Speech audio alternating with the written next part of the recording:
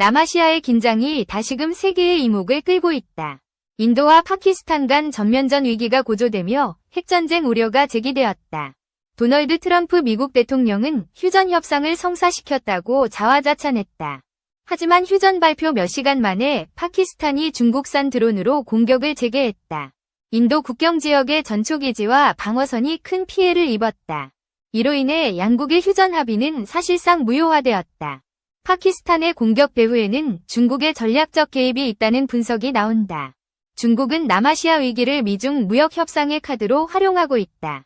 트럼프가 휴전 성사를 발표하던 시각, 스위스에서 미중 협상이 진행되었다. 중국은 협상에서 원칙을 양보하지 않겠다는 강경한 입장을 밝혔다. 국제정치 전문가들은 중국이 인도와 파키스탄 분쟁을 이용한다고 본다.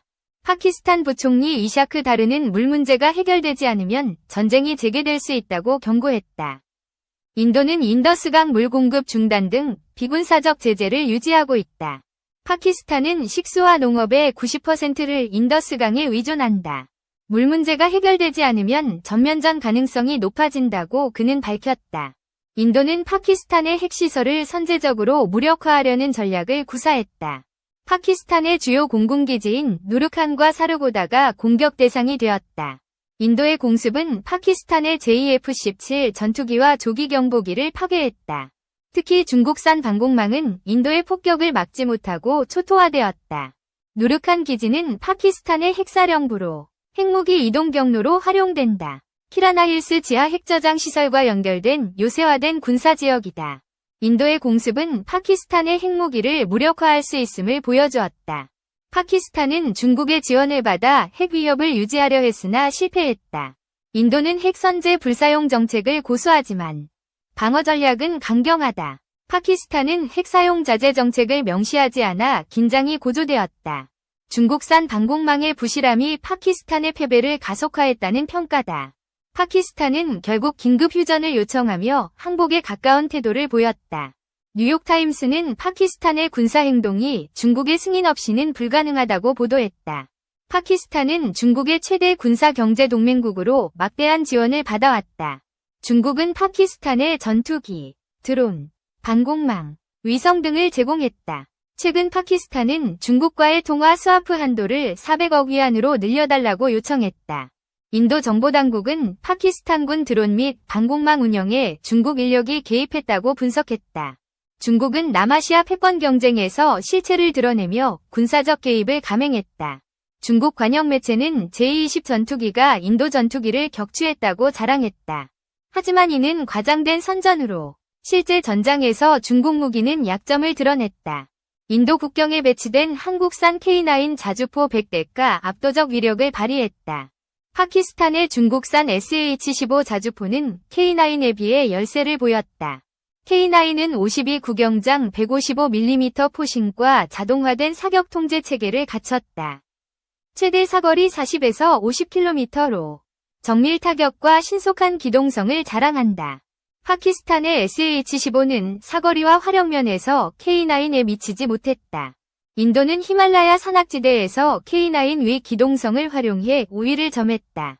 중국은 인도의 K9 추가 주문에 대해 강한 반발을 표명했다.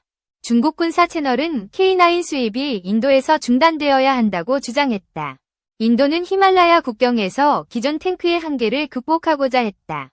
T-72 전차는 45톤 이상으로 산악지형에서 기동이 어려웠다. 중국의 ZTQ-15 경전차는 산악지대에서 기동성을 발휘했다. 인도는 이에 대응해 한국의 한화디펜스와 경전차 협력을 추진했다. 인도 방산업체 LT는 하나와 조라와르 경전차 프로젝트를 시작했다. 조라와르 경전차는 25톤으로 산악지형에 최적화된 설계를 갖췄다. 나토 표준 스마트 탄약과 첨단 장비를 탑재해 화력이 뛰어나다. 인도는 러시아의 스프루트 전차 구매를 검토했으나 거절했다. 러시아 무기의 공급 지연과 품질 문제로 인해 한국을 선택했다. 미국은 인도가 한국산 무기를 도입하며 러시아 의존도를 줄인 점을 환영했다. 한국은 신속한 납기와 안정적 공급망으로 인도의 신뢰를 얻었다. K9 자주포는 인도뿐 아니라 동유럽에서도 큰 성공을 거두었다. 에스토니아는 K9을 도입하며 한국 방산의 우수성을 극찬했다. 에스토니아 주한대사는 K9이 세계 최고 수준의 무기라고 평가했다. K9은 2018년 에스토니아에 도입되어 러시아 도발을 억제했다. 폴란드, 루마니아 등도 K9을 도입하며 한국 방산의 위상을 높였다. K9은 영하 20도 이하의 극한 환경에서도 안정적 작동을 보장한다. 한국의 동계 전투 경험은 K9의 설계에 반영되어 성능을 강화했다. 유럽의 레오파르트 2는 동계 환경에서 잦은 문제를 일으켰다. 반면 K9은 추운 기후에서도 포신과 궤도 손상 없이 작동한다. K9의 자동화 사격 통제와 반자동 장전 장치는 조작이 간편하다. 에스토니아는 소수 병력으로 K9을 효율적으로 운용할 수 있었다. 노르웨이도 K9의 간편한 조작과 효율성을 높이 평가했다. K9은 동유럽의 안보 환경에서 핵심 전력으로 자리 잡았다. 에스토니아는 GDP 대비 3.4에서 4%의 국방비를 지속적으로 지출한다. 이는 나토 회원국 중 폴란드 다음으로 높은 수준이다. 러시아의 우크라이나 침공 이후 에스토니아의 안보 위협이 커졌다.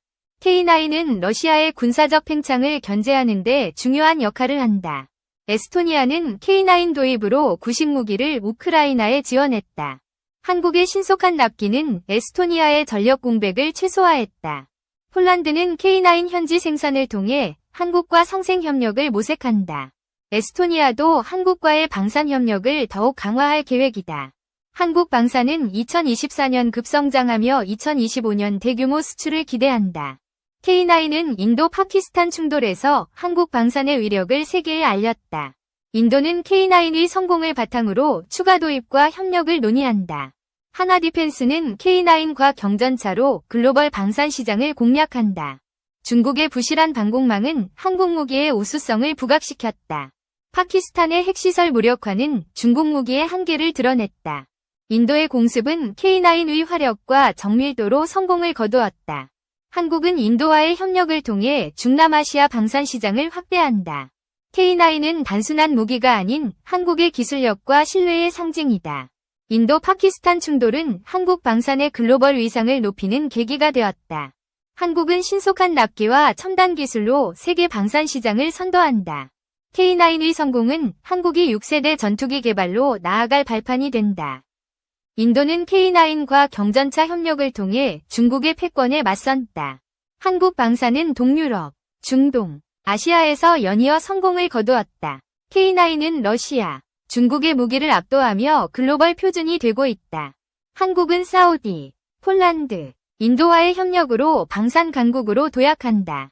K9의 위력은 인도 파키스탄 충돌을 통해 전 세계에 증명되었다. 한국 방산의 미래는 K9을 통해 더욱 밝아질 전망이다. 세계는 한국의 기술력과 신뢰를 주목하며 협력을 기대하고 있다.